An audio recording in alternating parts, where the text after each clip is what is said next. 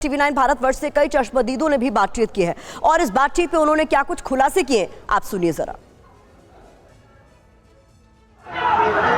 8 फरवरी को हल्द्वानी के बनभूलपुरा इलाके में जब नगर निगम की टीम जेसीबी लेकर अवैध निर्माण तोड़ने गई तो वहां पर इलाके के लोग इकट्ठा हो गए, पत्थरबाजी की और जबरदस्त हिंसा हुई। इस पूरे मामले में 3 जेसीबी को जला दिया गया था। हमारे साथ 2 जलाई गई जेसीबी के अटेंडेंट ड्राइवर मौजूद हैं, उनसे बातचीत करते हैं। उनके ऊपर भी हमला हुआ, सिर पर चोट लगी हुई आप देख सकते हैं, बड़ी मुश्किल से जान बचाकर भागे।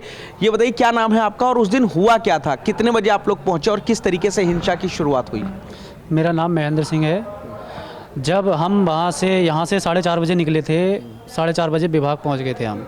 4:30 बजे के बाद 4:40 पे हम वहाँ पहुंच गए जहाँ हमें जाना था। उससे पहले ही उन्होंने बैरियर लगा रखे थे। बैरियर लगा के हमने मशीन वहाँ बंद कर दी अपनी। बंद करने के बाद वो गाली देने लगे। मैंने मोबाइल निकाला वीडियो बनाने के लिए, वो अश्लील बातें बोल रहे थे, नारे लगा रहे थे।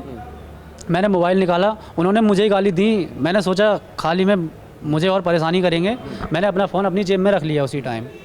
उसके बाद वहाँ पर हमने मशीन स्टार्ट करी, थोड़ी पीछे करी अपनी मशीन। पीछे करते ही उन्होंने उत्पात करना चालू कर दिया हमारी मशीन के ऊपर। जो बैरियल थे वो हमारे मशीन के ऊपर ही फेंकने लगे, वो बैरियल को उठा के।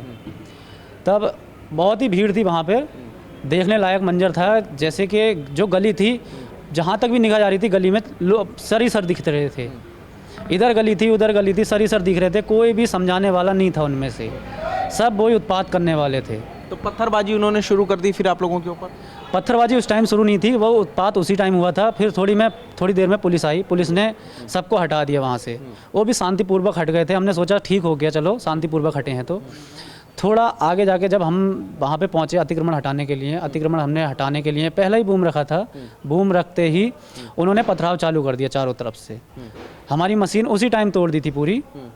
ये सर भैया हमारे उतर भी आए थे उस मशीन से कि भाई मैं नहीं चला रहा हूँ मशीन, मेरे ऊपर तो ऐसे ऐसे हमला कर रहे हैं। तो हमारे एसडीएम सर ने चारों तरफ हमारे पुलिस लगा दी। कोई पत्थर नहीं आया जब तक हमने उसे ध्वस्त नहीं किया। ध्वस्त करने के बाद जैसे ही हम आने के लिए तैयार हुए कि हाँ भाई चलो अब हो गया काम, उसके बाद उन्होंने पीछे से ऐसा पथराव चालू किया, बहुत ही ज़्यादा पथराव चालू किया था, जिससे हमें मशीनें छोड़नी पड़ गई, जान बचानी भारी पड़ गई थी हमें। सामने से मंजर यही दिखाई दे रहा था, आज मौत है हमारी और कुछ नहीं है, घर नहीं पहुँच पाएंगे आज हम। तो बनभूलपुरा में अतिक्रमण हटाने पहुंची टीम के साथ क्या कुछ हुआ ये चश्मदीद बता रहे थे, लेकिन ये 4 तस्वीरें भी बता रही हैं कि हल्द्वानी में उस रात क्या कुछ हुआ था। ये तस्वीरें आप देखिए, साफ तौर पर यहाँ पत्थर बरसाते हुए दंगाइयों को, उपद्रवियों को देखा जा सकता है, लोगों को उकसाते हुए उपद्रवियों को सुना जा सकता है। भारी तोड़फोड़ करते हुए ये तस्वीरें लगातार सामने आ रही हैं और चेहरा छिपाए हमलावर भी इन तस्वीरों में साफ तौर पर नजर आ रहे हैं। तो हल्द्वानी हिंसा के वीडियो सबूत आपके सामने TV9 भारतवर्ष देख रहा है। चश्मदीद भी लगातार बता रहे हैं कि क्या कुछ उस रात को हुआ था। तो हल्द्वानी हिंसा के चश्मदीद ने TV9 भारतवर्ष से बताया उपद्रव के लिए भीड़ पहले से वहां पर जमा थी, यानी ये कहीं ना कहीं सुनियोजित था, ये कहने की कोशिश चश्मदीद भी कर रहे हैं। महिलाएं बच्चे भी जो वहां पथराव हुआ उसमें शामिल थे, ये चश्मदीदों का कहना है।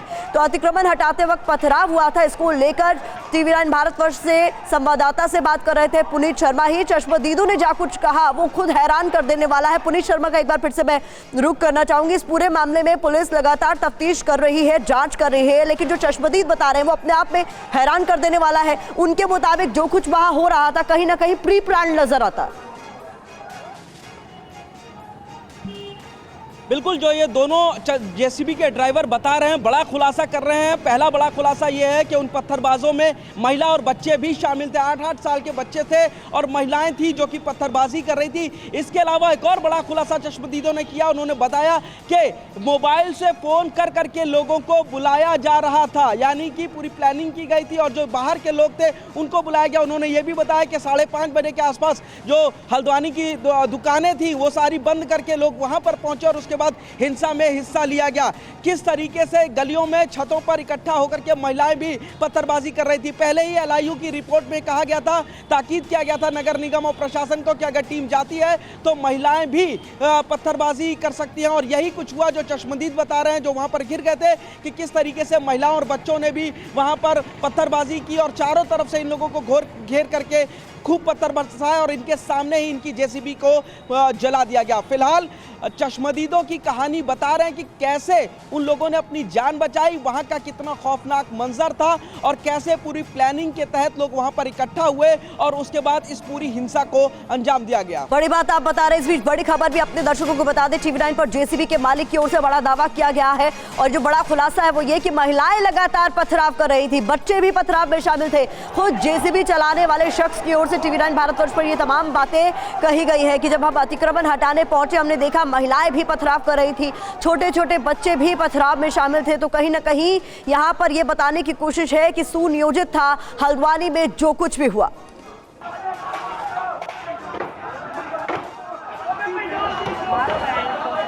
8 फरवरी को हल्द्वानी के बनभूलपुरा इलाके में जब नगर निगम की टीम आप बताइए, आपकी मशीन भी आपके सामने जली, किस तरीके से आपने? सर मेरा नाम रवि है। मेरी मशीन तो मेरे सामने नहीं जली है, भैया मेरे सामने थे। जब हम काम करके निकल रहे थे, पीछे से भीड़ ने जब पथराव किया हमारे ऊपर, तब मुझे मशीन अपनी वहाँ छोड़नी पड़ी। अच्छा, हाँ जी सर। तो निकल के फिर कैसे आए? गलियों में भी भीड़ थी, पत्थरबाजी हो रही थी? पुलिस की सेफ्टी के साथ हम आए, पुलिस के आगे आगे थे, आगे पीछे हम बीच में मिल बांट के हम आ रहे थे आगे आगे को। हर गली में पत्थरबाजी? हर गली से पत्थर आ रहे थे सर, छतों में से पत्थर आ रहे थे। जिस गली में हम अपनी जान बचा के भाग रहे थे उसी गली में से पत्थर लग रहे थे हमें। सामने से भी पत्थर लग रहे थे, ऊपर छतों में से पत्थर लग रहे थे। तो क्या उनमें महिलाएं भी शामिल थी? उनमें महिलाएं भी शामिल थी, बुरखे वाली महिलाएं भी थी, 8-8 साल के बच्चे भी थे, पुरुष भी थे।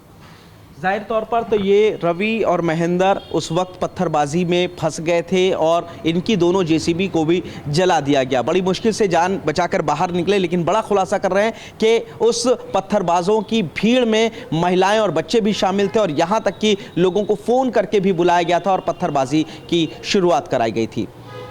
कैमरामैन रोहित के साथ पुनीत शर्मा, TV9 भारतवर्ष, हल्द्वानी।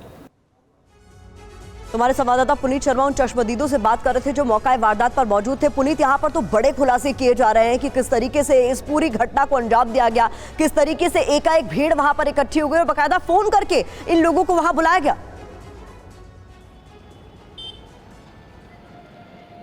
बिल्कुल, ये जो दोनों जेसीबी के ड्राइवर हैं, चश्मदीद है, वो वहां पर उस वक्त गिर गए थे। उन्हें इस बात का जरा भी इल्म नहीं था कि मौत धीरे धीरे उनकी तरफ बढ़ रही है, उनके ऊपर इस तरीके का हमला होगा। बाकायदा महेंद्र के सिर में 7 टांके लगे हुए हैं। वो बता रहा है कि जब वो लोग वहां पर पहुंचे तो बैरिकेड लगा था, भीड़ इकट्ठी थी, लेकिन पुलिस ने उसको हटाया और जैसे ही उन्होंने डेमोलिशन का काम शुरू किया तो अचानक पत्थरबाजी होने लगी और वहां पर जो भीड़ थी वो लगातार बढ़ती जा रही थी। उस भीड़ में महिलाएं और बच्चे भी शामिल थे जो लगातार पत्थरबाजी कर रहे थे। यहां तक कि छतों पर से और गलियों से भी जो पत्थर आ रहे थे उनमें भी महिलाएं शामिल थी। अब पुलिस इस एंगल पर भी इन्वेस्टिगेशन करे और साथ में यह भी बड़ा खुलासा किया कि जैसे जैसे वहां हिंसा हो रही थी तो उनके सूत्रों ने भी बताया उनको कि यहां मार्केट बंद होने लगे और लोग यहां से पहुंच करके उस भीड़ में शामिल होने लगे थे और पत्थरबाजी करने लगे थे। तो बड़े खुलासे आए दिन हो रहे हैं हल्द्वानी में हुई हिंसा को लेकर और हमारे संवाददाता इसको लेकर लगातार आप तक अपडेट्स भी पहुंचा रहे हैं।